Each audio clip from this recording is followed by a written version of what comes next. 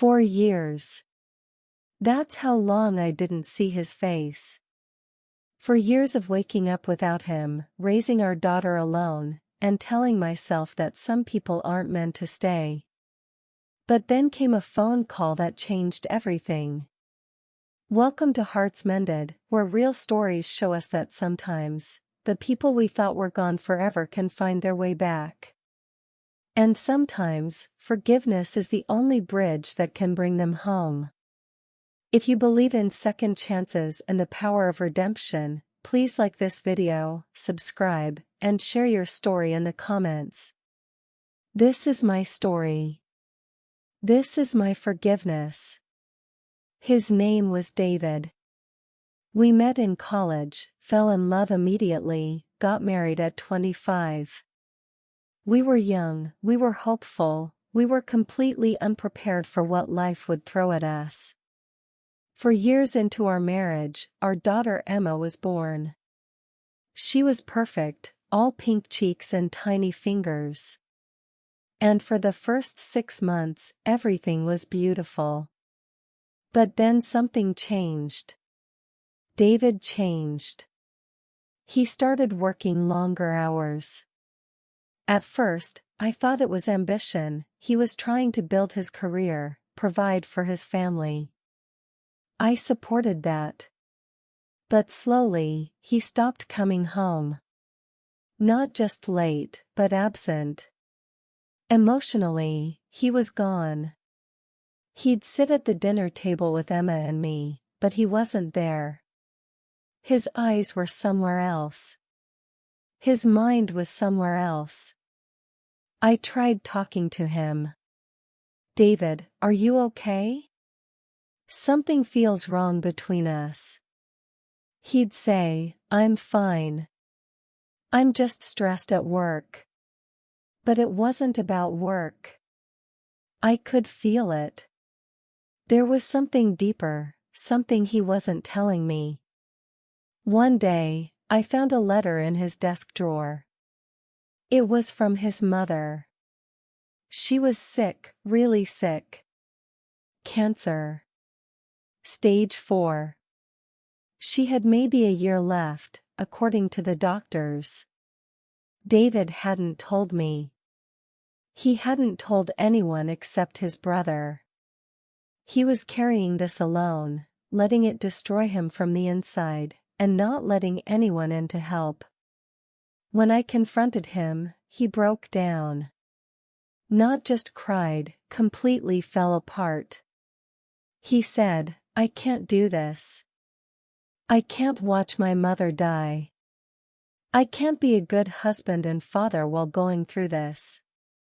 I'm failing everyone." And then he said the words I'll never forget, "Maybe I should just leave.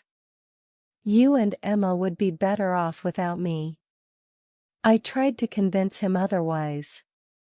I told him we could go through this together. That his mother would want him here, present, with family. But he was spiraling. Depression, anxiety, guilt, it all crashed down on him at once. 2 weeks later, he was gone. He left a note saying he needed time to figure things out. He didn't know when he'd be back. He just needed to be alone. That was 4 years ago. When David left, Emma was 6 years old. She asked me every single day for the first month, "When is Daddy coming home?" And I didn't know what to tell her. I couldn't lie. But I also couldn't tell her the truth, that Daddy had abandoned us because he couldn't handle his own pain. I threw myself into motherhood. I had to. Emma needed me to be strong. She needed stability, love, and the kind of presence that David couldn't give. So I became both her mother and her father. I worked as a nurse, picked her up from school, helped with homework, went to her soccer games, held her when she had nightmares and asked about Daddy. The anger came slowly. At first, I was just sad. Then the sadness turned to resentment. How could he leave? How could he choose his own pain over being there for his daughter? How could he walk away from us like we were nothing? I didn't hear from David for 18 months. Nothing. No calls, no messages, no child support. Then one day, a check arrived. He'd started paying support, along with a letter that said, "I'm sorry. I'm getting help. I don't deserve forgiveness, but I'm trying to be better." Over the years, we'd exchanged messages about Emma. Birthday wishes. Updates about school. But there was no warmth in these exchanges. Just logistics. Just the bare minimum of co-parenting. Emma grew up not knowing her father. She had photos of him, memories from when she was very young, but no real relationship with him. I made sure she knew it wasn't her fault. That her father loved her, but he was struggling. I protected her from my anger because I didn't want her to hate him. But I was angry. So angry. Every time I worked a double shift to pay for her braces. Every time I sat alone at her school play. Every time she asked, "Why doesn't Daddy visit?" The anger grew. 4 years is a long time to raise a child alone. 4 years is a long time to wonder if the person you once promised forever to will ever come back. And more importantly, if he did come back, would I even want to see him? I was at work when my phone rang. The hospital where I worked. A patient had come in requesting to see me by name. I didn't recognize the name on the chart. I walked into the room, and my heart stopped. It was David's brother, James. He looked terrible, bruised, bandaged, on painkillers. He'd been in a car accident. And the first thing he did when he saw me was start crying. "I'm so sorry," he said. "I'm so sorry for what my brother did. For leaving you. For leaving Emma." I didn't know what to say. This wasn't the right place for this conversation. But he was insistent. "David needs to know what he's missing," James continued. "He's been isolated for 4 years. Our mother passed away 3 years ago, and after that, he just shut down completely. He's been living like a ghost. He has no friends, no social life, nothing. Just work and the apartment." I wanted to feel nothing. I wanted to stay professional. But hearing that David had lost his mother, and that he'd grieved that alone, something shifted inside me. Not forgiveness. Not yet. But maybe the beginning of understanding. "Tell him to call me," I said quietly. "I'll give him 5 minutes to explain himself. That's all he gets." He called that evening. I almost didn't answer. My hand hovered over the phone. After 4 years, why did I care? Why was my heart racing at the sound of his voice? "Hello," he said. Just that one word, and I was transported back 10 years to when we were young and in love. "David," I said. Not a question. Just stating the obvious. "I know I have no right to call you. I know I have no right to ask for anything. But I wanted you to know, I wanted Emma to know, that I'd been in therapy for the last 3 years. Real, intensive therapy." I didn't respond.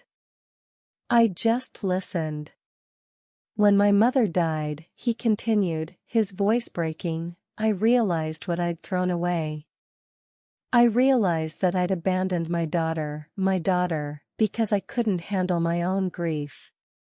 And that's unforgivable. I know that. Why are you telling me this now? I asked. After 4 years? Because I can't live like this anymore, he said. I can't live knowing I've hurt you both. I can't live knowing that Emma grew up without knowing her father. I can't live with this guilt eating me alive. I don't expect forgiveness. I just needed you to know that I'm aware of what I did. And I'm sorry. I'm so deeply, profoundly sorry. I could hear him crying on the other end of the line. I want to meet Emma, he said. If you'll allow it. Not to try to be her father, I lost that right. But to at least explain myself to her. To let her know that my leaving had nothing to do with her. That I was broken, and I broke your family in the process. Something inside me wanted to say no. To tell him that Emma didn't need him. That we'd survived without him for 4 years, and we didn't need him now. But I also knew that Emma had questions. Emma had pain. And maybe hearing from her father, even after all this time, might help her understand that his abandonment wasn't about her. I'll think about it, I said. And I hung up. For 2 weeks, I didn't respond to David's messages. I needed time to process. I needed time to talk to my therapist about what this meant. Did I forgive him for leaving? Did I forgive him for missing 4 years of Emma's life? Did I forgive him for the emotional pain he'd caused? My therapist asked me a question I hadn't expected. Are you angry at David, or are you angry at the situation? I thought about that for days. And I realized the answer. I was angry at both. I was angry that he left. I was angry that he was sick and didn't reach out for help sooner. I was angry that mental illness and grief could be so powerful that it made him abandon his daughter. I was angry at his weakness. But more than that, I was angry at myself. I was angry that I hadn't seen his pain earlier. I was angry that I hadn't fought harder to keep him. I was angry that I'd given up on my marriage instead of fighting for it. My therapist said something that hit me hard. Forgiveness isn't about absolving him of responsibility. It's about releasing yourself from the burden of carrying his pain. I'd been carrying David's pain for 4 years. Every time Emma asked about her father, I carried it. Every time I had to make a decision alone about her future, I carried it. Every time I felt lonely, I carried his pain as the reason. And I was tired. I called David back. I want to meet with you, I said. Not to get back together. Not to give you false hope. But to talk. Really talk. And then we'll figure out what's best for Emma. He agreed immediately. We met at a coffee shop, the same coffee shop where we used to study together in college. Neither of us mentioned that. But we both knew. He looked so small. That was my first thought when I saw him. The David I remembered was confident, strong, full of energy. This David looked diminished. Broken. Haunted. Thank you for meeting with me, he said. He looked at me, and his eyes were full of tears. I need you to understand something, I said. I'm not here to forgive you for leaving me. I'm here because of Emma. Because she deserves to know her father. Because she deserves the truth about why you left. I know, he said. And I'm grateful for that. I spent 4 years angry at you, I continued. I spent 4 years telling Emma that you loved her, even though you weren't here. I spent 4 years being both her mother and her father, making decisions alone, carrying the weight of raising her without you. David looked down, shame written across his face. But I also know something now that I didn't know 4 years ago, I said. I know that you were sick. I know that grief and depression don't give you the right to abandon your family, but they explain why you did it. And understanding why, really understanding it, has made me realize that carrying anger at you is a burden I don't want to carry anymore. I took a breath. So here's what I'm saying, I forgive you. Not because what you did was okay. Not because I'm pretending the last 4 years didn't happen. But because I forgive you for being human. For being broken. For not knowing how to ask for help. For not knowing how to stay when everything felt impossible. David started crying, really crying, with his whole body. I forgive you because holding on to this anger is hurting me, not you. It's hurting Emma. And I'm tired of being hurt. So I'm choosing to let it go. For her. For me. For us. I don't deserve this, David said through his tears. You're right. You don't, I replied. But forgiveness isn't about what we deserve. It's about what we need to survive. And I need to survive. Emma needs to survive. And maybe, just maybe, you need to survive too. We sat in that coffee shop for hours. We talked about the good memories from our marriage. We talked about what went wrong.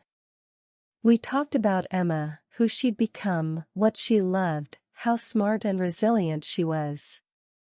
And we talked about the future. David told me he was willing to spend time with Emma, but he understood if I wanted to take it slow. He told me he was still in therapy, still working through his trauma. He told me he wasn't asking for a second chance with me, he knew that was too much. But he was asking for a chance to be a father again. I can't promise I won't mess up, he said.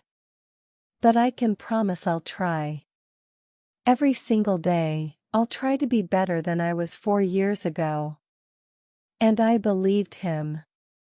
Not because he suddenly seemed perfect. But because I could see that he was trying. Because I could see that he understood the gravity of what he'd done. Because I could see that he was genuinely remorseful. In the weeks that followed, David started meeting with Emma. It was awkward at first. She was 10 years old, and she barely remembered her father. But slowly, they found their rhythm. She learned that her father wasn't a monster, he was just a man who had been broken and was trying to heal. David and I didn't get back together. That part of our story was over. But we found a new relationship, one based on co-parenting, mutual respect, and yes, forgiveness. We learned to communicate about Emma. We learned to support each other's new lives. And most importantly, I learned that forgiveness doesn't mean reconciliation.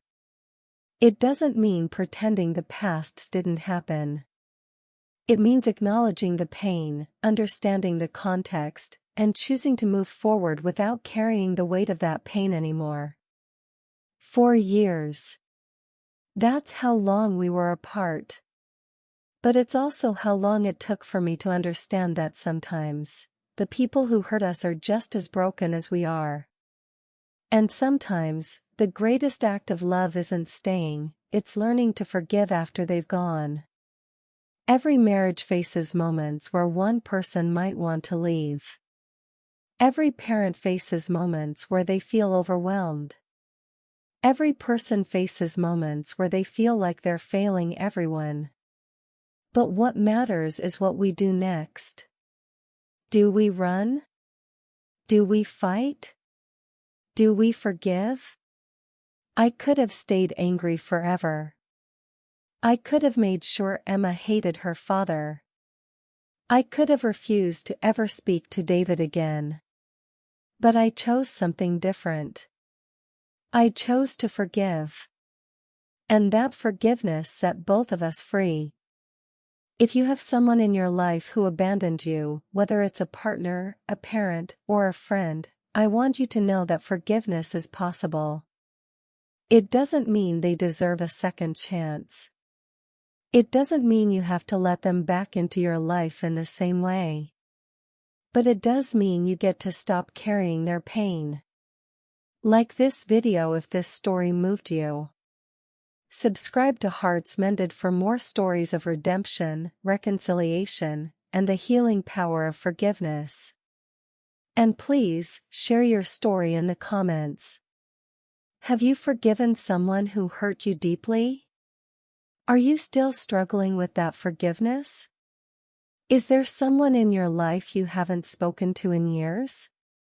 Your stories matter. Your healing matters. Thank you for listening to my story. Thank you for witnessing my journey from anger to understanding to forgiveness. And remember, no matter how long someone has been gone, it's never too late to forgive. It's never too late to heal.